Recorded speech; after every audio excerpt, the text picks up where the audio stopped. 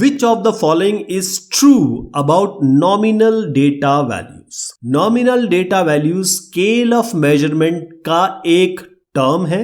जिस तरीके से मेजरमेंट करते हैं उसके अलग अलग स्केल्स होते हैं, इसमें नॉमिनल डेटा वैल्यूज आते हैं। पहली चीज है they are values that provide a name और identifier so that we can discriminate between different values. True computations cannot be done with these values. When the values assigned are assorted according to some set of non-overlapping categories, they are called categorical data. All of the above. बिल्कुल सही आप कह रहे हैं, इसका उत्तर है all of the above. Option number 4, all of the above.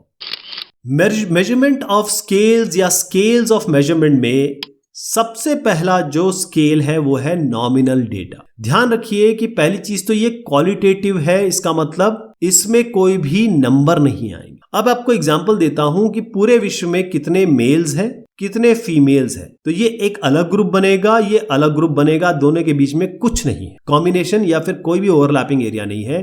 तो जैसे हमने मेल और फीमेल में डिवाइड किया, इसी को हम कहेंगे कि ये म्यूचुअली एक्सक्लूसिव है, लेबल्ड है क्योंकि एक को एम दे दिया एक को एफ दे दिया, तो लेबलिंग भी कर दी, इसी को हम नॉमिनल डेटा कहते हैं। अब आप इसको और इस तरीके से समझिए कि ये क्वालिटेटिव डेटा है, यानी कि यहां पर क्वांटिटी नहीं है, नंबर नहीं, केवल क्वालिटी बता रहे हैं, एक का जेंडर बता रहे हैं, दूसरे का जेंडर बता रहे हैं, और हमने लेबलिंग भी कर दी एम और एफ। अब देखिए इसी में आपने मेल में और कैटेगराइज कर दिया, ये मेल है, और इसमें कैटेगराइज कर दिया कि वो मेल जिनकी ब्लू आइज है, वो मेल जिनकी ब्राउन आइज है, ये आपके ब्लू हो गए, ये ब्राउन हो गए, और ये आपके ग्रीन हो गए। तो 3 भाग में डिवाइड कर दिया, अभी भी ये नॉमिनल डेटा ही रहा। क्यों?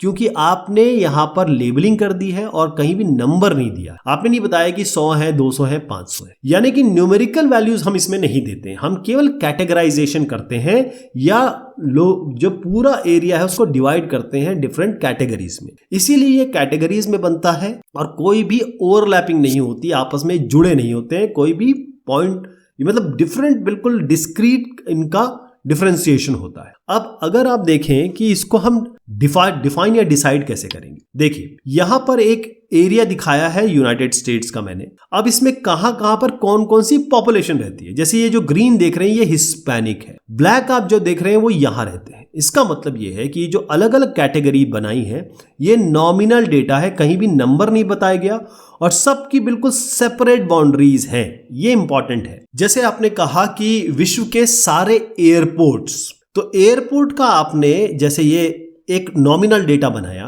कि ये एयरपोर्ट्स जो होंगे वो विश्व में जहां जहां होंगे उनको हमने आइडेंटिफाई कर दिया कि भाई ये जो एयरपोर्ट है ये मिड लेवल के एयरपोर्ट है, ये इंटरनेशनल एयरपोर्ट है, डोमेस्टिक एयरपोर्ट है, तो नॉमिनल डेटा हो गया ये। इसी तरीके से बाकी लाइन और एरिया वाले, पॉइंट लाइन एरिया वाले आप नॉमिनल डेटा में डिवाइड कर सकते हैं।